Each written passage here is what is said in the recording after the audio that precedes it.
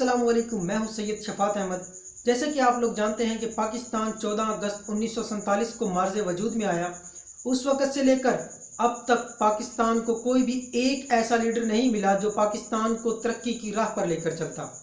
अब सवाल ये पैदा होता है कि वो लीडर अब तक हम लोगों को क्यों नहीं मिला, और हकीकी मानी में ऐसा वो कौन सा शख्स है जो इस्लामी जमहूरिया पाकिस्तान की लीडरशिप का हकदार है। अब ये दो सवाल हैं।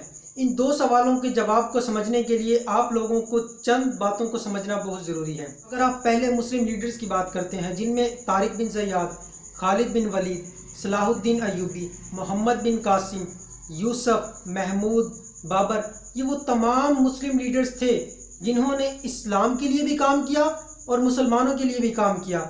बदकिस्मती से कहना पड़ेगा कि आज के जो हमारे मुस्लिम लीडर्स हैं ये ना तो इस्लाम के लिए बेहतर काम करते हैं, ना ही मुसलमानों के लिए बेहतर काम करते हैं।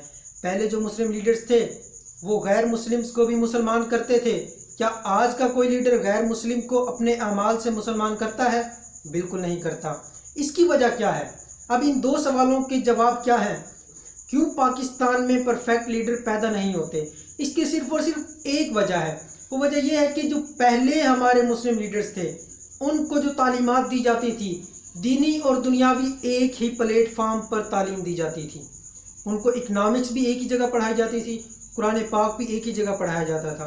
उसी मदरसे में उनको तलवार भी चलाना सिखाई जाती थी, उसी मदरसे में उनको घुड़सवारी भी सिखाई जाती थी और दीनी तालीमात भी दी जाती थी ताकि वो मुसलमानों की फलाह बहबूद के लिए काम कर सकें।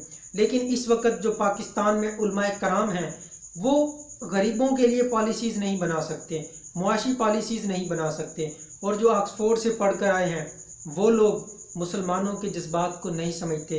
इस वक्त पाकिस्तान के अंदर आप लोग जानते हैं कि जितने भी दंगा फसादात हुए हैं वो इसी वजह से हुए कि जो हमारे लीडर थे वो इस्लाम को नहीं समझते थे, कुछ ऐसी पॉलिसीज़ बनाते थे जो इस्लाम के ख़िलाफ़ होती थी, जिसकी वजह से लोग जज्बात को काबू नहीं कर पाते थे, एहतजाज वगैरह करते, जिससे बहुत ज़्यादा फसादात हुए। बहुत ज़्यादा इस्लाम का और पाकिस्तान का नाम बदनाम करने में इन्हीं लीडर्स का हाथ है, जिससे पाकिस्तान को दहशत गर्द भी कहा गया।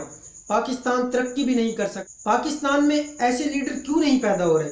इसकी वजह वही जो भी मैंने आपको बताई है कि पाकिस्तान में तालीमी निज़ाम एक जगह नहीं है।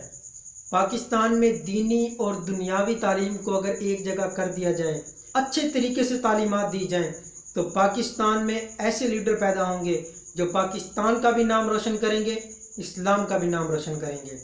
तो अगर हम चाहते हैं कि हमारे पास ऐसा लीडर हो तो हमें इस चीज़ के ऊपर काम करना पड़ेगा। लेकिन कैसे हम लोग काम कर सकते हैं? मेरी आप लोगों से गुजारिश है कि इस वीडियो को आप ज़्यादा से ज़्यादा शेयर करें ताकि ये वीडियो लोगों तक पहुँचे, लोगों को इस चीज़ का शऊर आए। अगर ये वीडियो ऊपर जाती है, कुछ लोग जो पाकिस्तान के साथ सिंसियर हैं उन लोगों तक ये वीडियो जाती है, अगर वो हमारा तालीमी निज़ाम मर्ज कर देते हैं तो इंशाल्लाह आप लोग देखना कि कुछ ही अरसे बाद पाकिस्तान में ऐसे लीडर पैदा होंगे जो पाकिस्तान का भी नाम रोशन करेंगे, इस्लाम का भी नाम रोशन करेंगे।